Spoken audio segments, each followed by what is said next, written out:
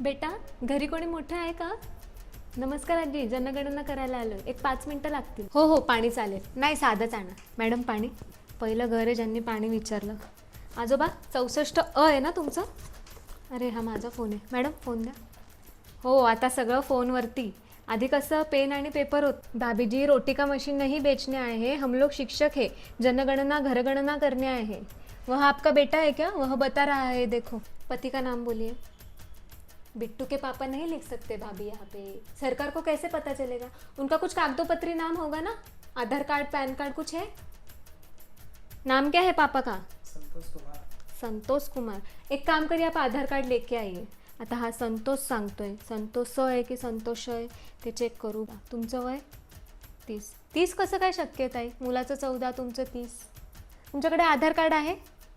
हरवलंय. एक काम करा, वोटर आय डी आहे? हां, मग वोटर आय डीवरचं मला वर्ष सांगा. अरे वा, तुम्ही पण शिक्षक का? तुम्हाला तर माहितीच आहे सर, केवढं फिरावं लागतं. सकाळपासून आम्ही दोघी फिरतोय. कोणाला वाटतं आम्ही रोटी मेकर विकतोय, कोणाला वाटतं आम्ही लॉटरीची तिकीटं विकतोय. एक आजोबा तर आम्हाला म्हणाले, नाही देत वर्गणी, जा. त्यांचं पण बरोबर आहे म्हणा. आता स्कॅमच एवढे निघालेत, त्यात एवढं ऊन. घर बांधणीसाठी काय वापरलं आहे दादा? विटा. ठीक आहे. किती रूम आहेत घरामध्ये?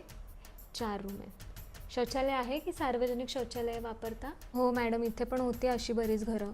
लोक सांगतच नाही घरात इलेक्ट्रॉनिक उपकरणं काय काय आहेत.